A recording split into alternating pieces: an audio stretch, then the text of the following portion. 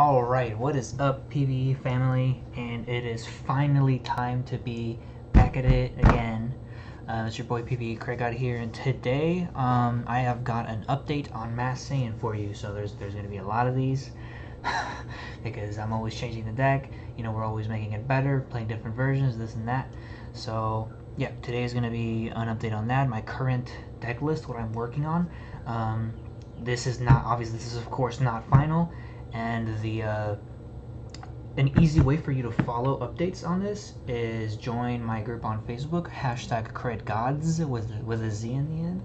You know, we've passed 100 members recently. Very glad about that. Hope we get even more. But yeah, either that or on the DBS Deck Planet link that I'll post down below. You can just favorite it, or you know, keep it somewhere, because that's where I'll be probably updating this specific version. So this is going to be like a mid-range version, and I'll explain why I'm getting into that. Blah blah blah. We'll get into that. But yeah, another thing is school starting. Well, I'm recording this video on Sunday, but today, Monday, I start school. So what that means is that I can start making, you know, more colorful, better videos for you guys because I have better internet at school to upload. Funny enough, so.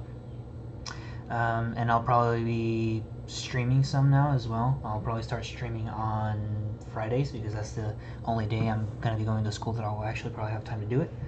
So be on the lookout for that, maybe. I'll post more information about that when that time comes because I'm still figuring it out.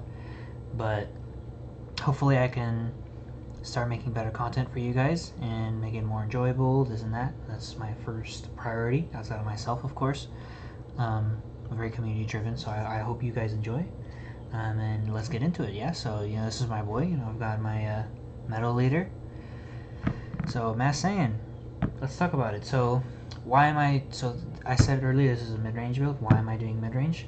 I'll probably post another video at some point about the aggro version, but I've been testing an aggro version up until this point.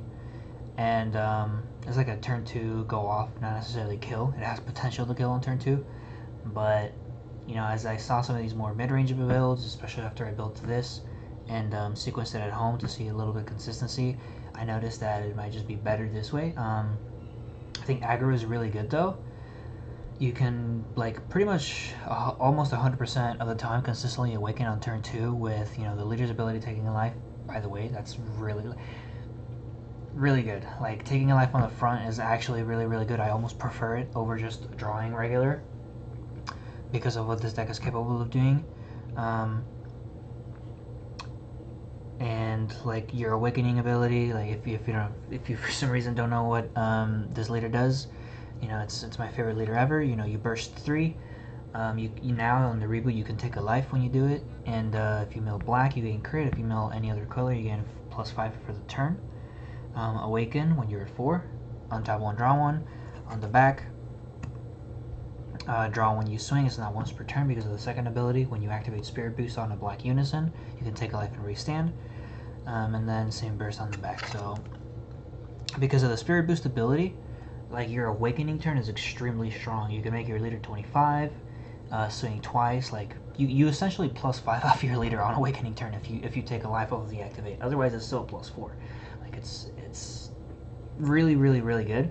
And I think because of that alone, combined with the starter deck cards they gave it, like this deck, I wouldn't say necessarily meta, but it'll be like a tier 1.5, like really solid road deck, as long as the pilot is good enough, as long as you know your matchups, you have a good build.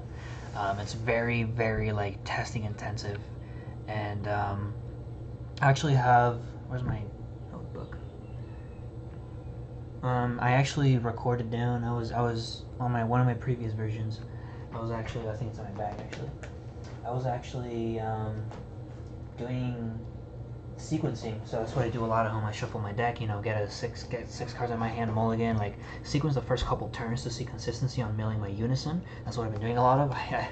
I sat here and actually made a chart for it on my notebook. It's not very full because there's a lot of stuff, but basically I just marked every game one by one for every like mill unison and stuff. So when I say that it's very testing intensive, Like I mean it. But yeah. So this is, I mean, if you click on the DBS Deck Planet link as you watch this, you'll know. But this is 54 decks. Yeah, nice. 54 cards currently. I actually grabbed this from Brian Android from Stage 0.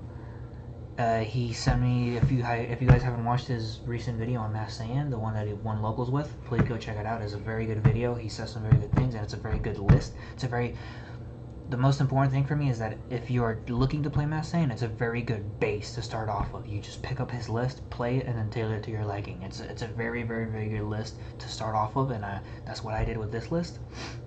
Took his list, tweaked it a little bit to some of the suggestions he had, and some of the things I thought might make the deck better. So, as you guys know, I like to talk about my super combos and SCR first. So, there are actually some proxies. My dad is actually using some cards in Hatch, so this is not actually, in fact, Master Roshi's Strict Instructor. It is the Vegeta super combo from set 11, the one that you combo if all your energy is X. Bottom one, draw 2. But he's using it, and I didn't want to. I'm lazy, basically. So for that, mainly because I am playing mono black. I'm charging mono black energy for the most part. Not for the most part. I am charging mono black, and it's good for fusion. But I actually don't run True Fighting Spirit Goku in this or 5K Goku. I'm really considering it at the moment because it's just a little iffy. I mean, you'll see it as we go. Shut up, phone. I need to. But yeah, it's for fusion. It's really good. I just need to slide in a 5K Goku, probably True Fighting Spirit, or even the Negate. I think I just need better fusion material. But yeah, again, you'll see it as it comes. For my SCR, this is the one Brian was running, and I kind of agree with it. It seems really good. It's in Shenron. It's just good, man. Like, I think this card's really slept on, personally. For 2 energy, you get to probably stop somebody's turn, and you get a 40k blocker out that can become a, finisher on turn 4. It's just really good, man. I was running the negative balls from whatever set 7, 8, because they're free and they were really good board removal, but in terms of defense, this deck actually might keep the 2 energy up, so this Sunshiner is actually really freaking good, and counts as black too, counts as yellow, so if you mill it, unfortunate, but you make sure you get both of your procs. So next we're going to talk about the starter deck cards. First the new starter deck and then the old starter deck. So first I've got 4 copies of the Spirit Boost Minion, and this is kind of the replacement of True Fighting Spirit. In Brian's list he was playing 4 True Fighting Spirit. I swapped it to this because I think this is a probably better card, except for one very specific scenario. And he's just really good, man. Like, he's a self-awakener. Once you awaken and you have a unison on board, like, he triggers your Spirit Boost effect and you can swing with him again. Like, this card's just freaking great, man. And it counts as yellow for your promo, which you should be running in this deck, assuming you have it, which I don't. Not yet, anyway, but I will. I'll talk about it later. But this card, I think this card's amazing, man. Like, I think a lot of people are really underestimating the value of Spirit Boost and, like, the cards that trigger it. Maybe because they're not as strong in other colors. But I think for this one specifically, like, the cards they give you in the starter deck are so good, man. Like, this card's really good. And then next up we have 3 copies of the blue one, the Enigma. Like, this card is really, like, amazing. You know, for 1 energy you get a you get a win-win situation. Like, you're only paying 1, you're discarding it, and your opponent is literally either bottom decking a life or he comes into play and he's dual attack 15, and he procs your Spirit Boost ability. Like, this card is just amazing. It's more of a late game thing.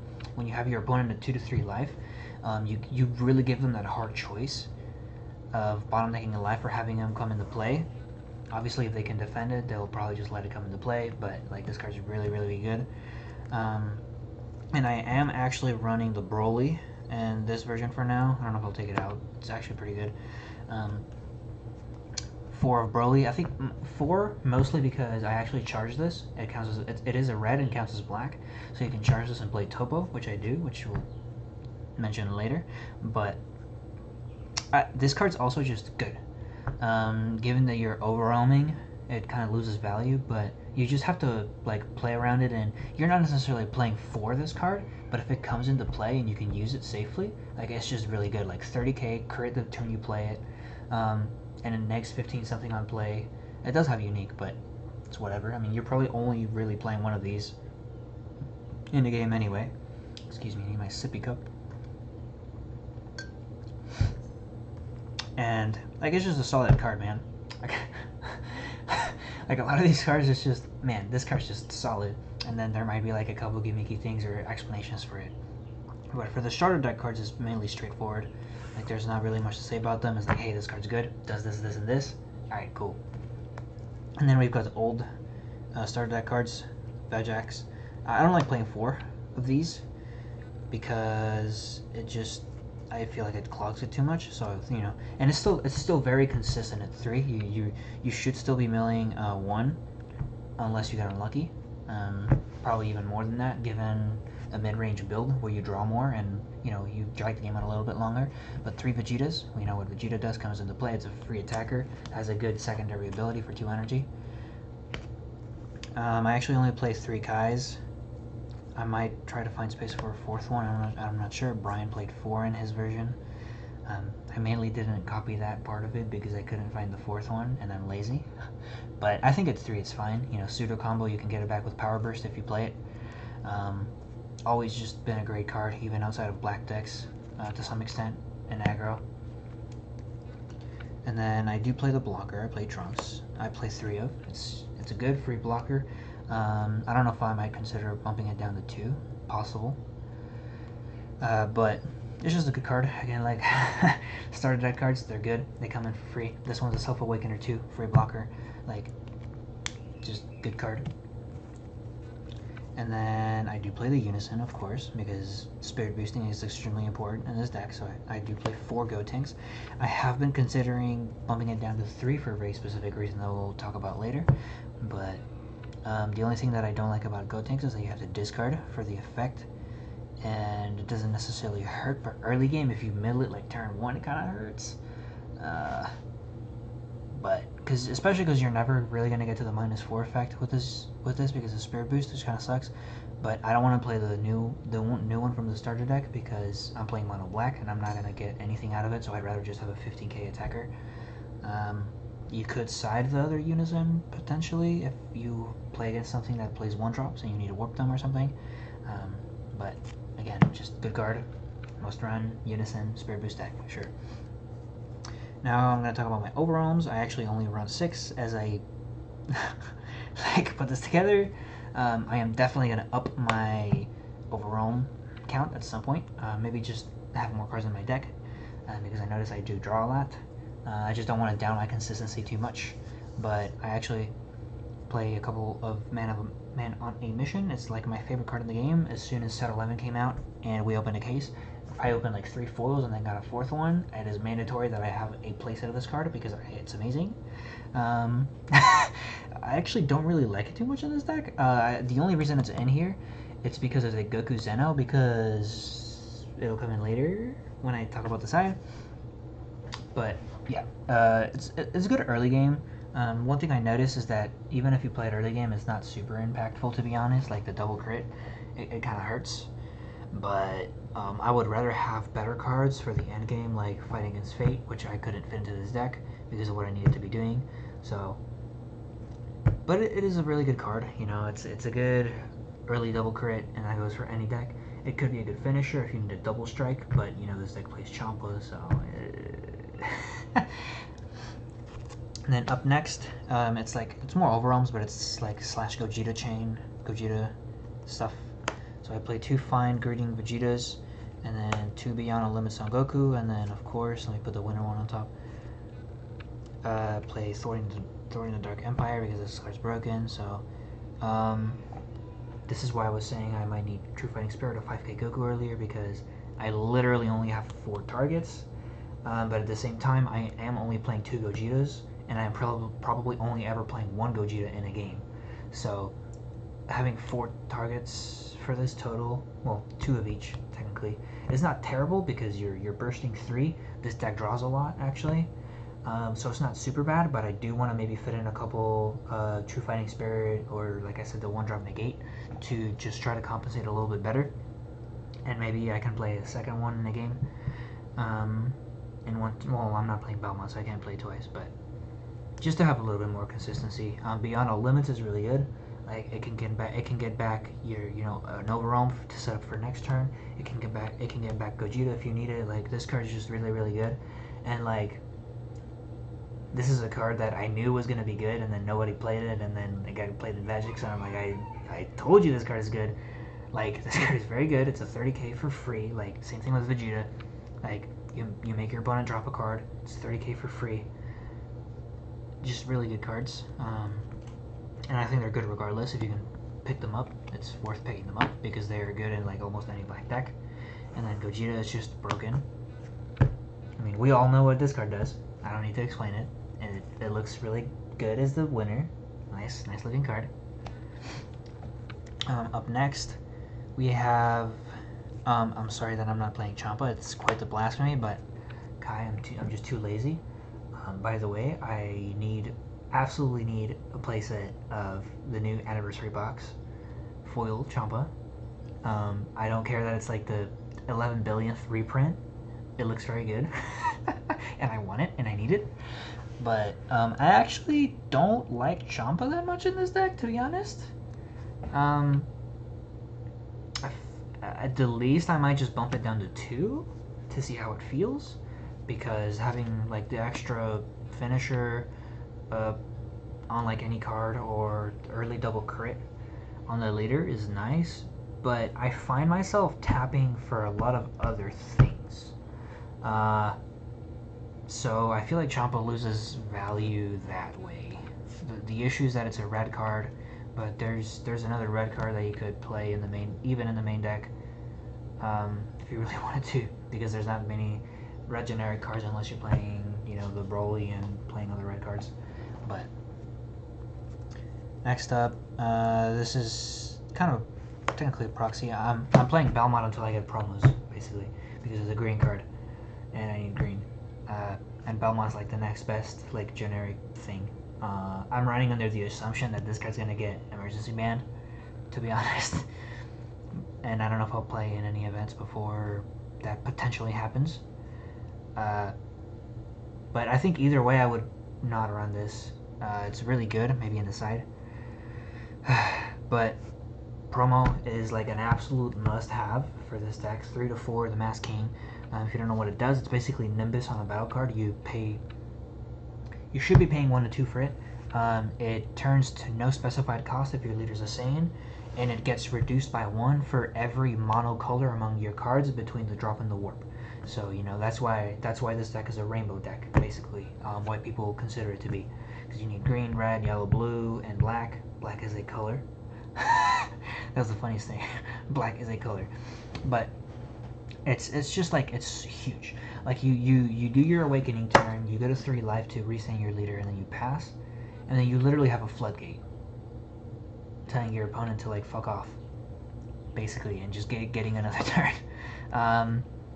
And it's a 20k battle card. If you really wanted to, you could even like use your leader's auto on the backside when you Spirit Boost by playing that card, if you really wanted to, and you felt the need to. That's like a gimmicky thing about it. But like I realize that you absolutely need like at least 3 of this. You need 3 to 4 of the promo, which kind of sucks because people complain about needing promos in a deck. Yeah, I kind of see it, but you need 3 to 4 of this, unfortunately. This is another proxy. Unfortunately, he's playing it as well. This is the set 10 Boo Wickedness Incarnate. If you don't know what it does, Black Boo. That should, the people who know this card should know. But if you don't know what it is, you pay 1 to send it from your drop to your warp, and then at the end of the turn, you have to have all black energy, and then at the end of the turn, you discard a black card and you draw 2. I believe I'm correct on that. I play this. Brian plays Ape on his list, but I would rather play this Boo because black is such an efficient color that I don't really want to tap 2 for the ape. I would rather pay 1 for this and +1 instead of 2, because that other energy I can use on something better, being black. And other black, and I would probably say the same thing in other black decks, except for like Hatch, but I don't even know if you would want to play Ape and Hatch.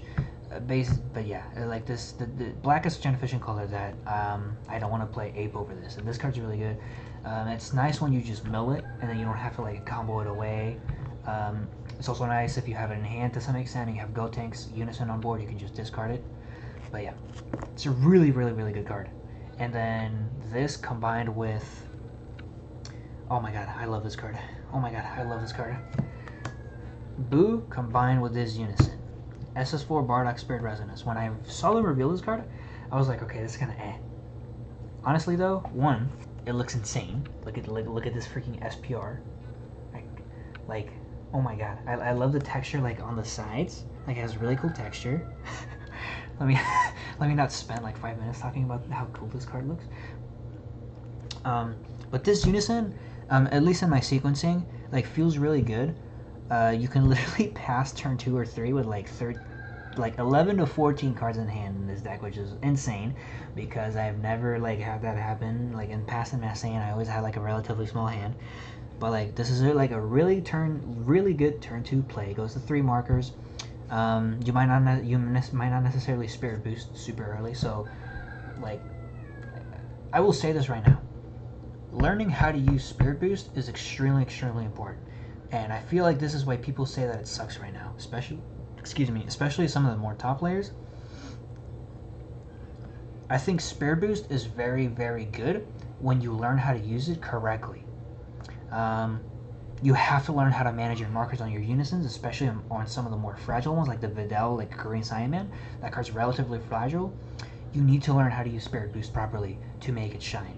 Like, and this deck is a very, very good example of it. If you learn how to use Spirit Boost properly, like, you don't need to be using this auto like every turn. You don't need to be trying to go for it. Whenever it happens, and whenever you need to make it work, you need to make it work, and you need to make it work properly.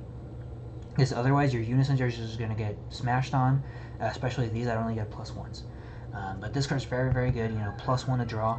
The auto shouldn't really come in too much or be useful.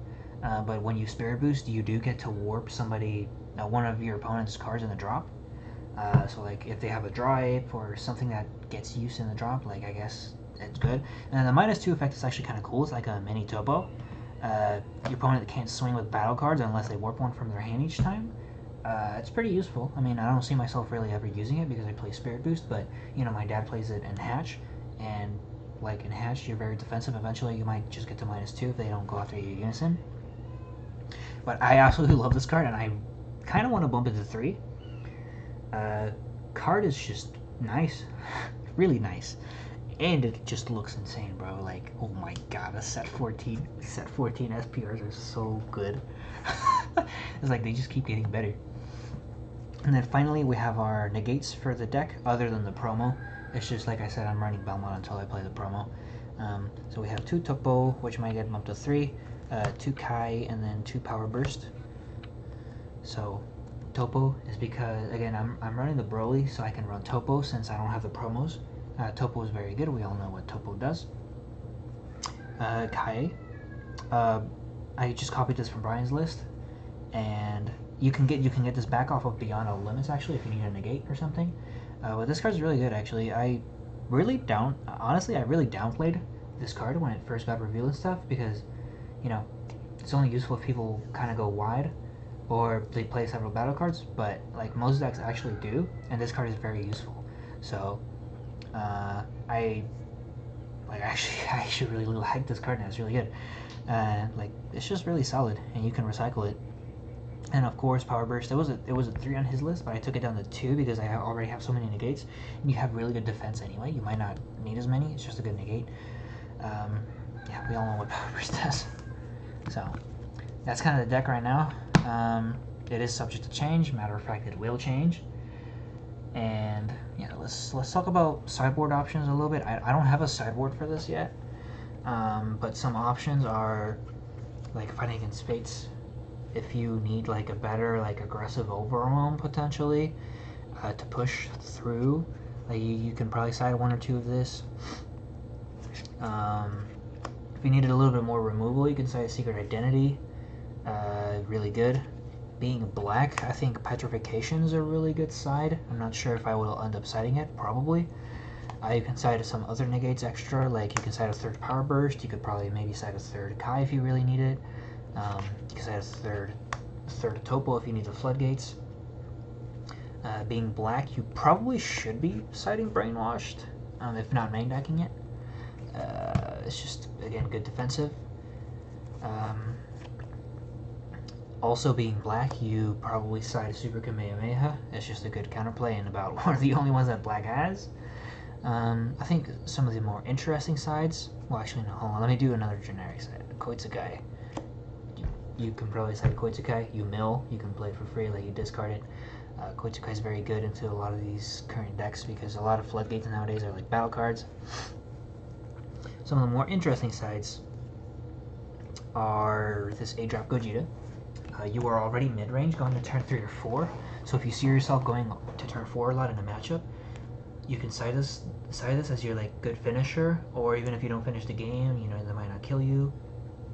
This card's broken, and once again, it looks absolutely insane. This like black SPRs are on point, but this card is absolutely fucking broken. Like this card is broken in hatch, bro. Like it's 8, it bypasses the leader's auto, sinks 3 times, restands at the end for defense, like fucks your opponent. Oh my god, this card's insane. So you could do this, or if you see yourself going to turn 5 a lot in some matchups, you could even do the new Anniversary Box Gogeta. Oh no, wait, that one requires colors in your energy. Never mind, scrap that. If you're playing a rainbow version, you can set that Gogeta. And then finally, because King Vegeta is like the rave right now, and I think it's a good side anyway, and then switching gears, you can just side switching gears into that matchup.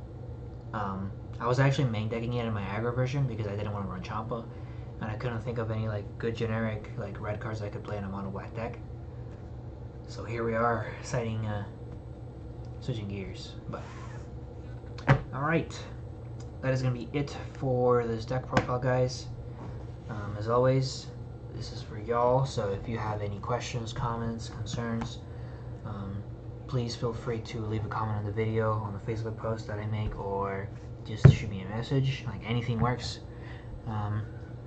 Or if you're in the group, you know, you can always use that as an outlet to ask questions, post your builds and stuff. I always like giving feedback and helping people out with their things. So I hope that I can start making better content for you guys really soon. I'm very excited for school starting and all that. So with that being said, guys, take care. I hope you enjoyed the video, and you'll consider leaving a like, subscribing to the channel, and maybe even hitting that notification bell for knowing when I post more content. And see you in the next one. Peace.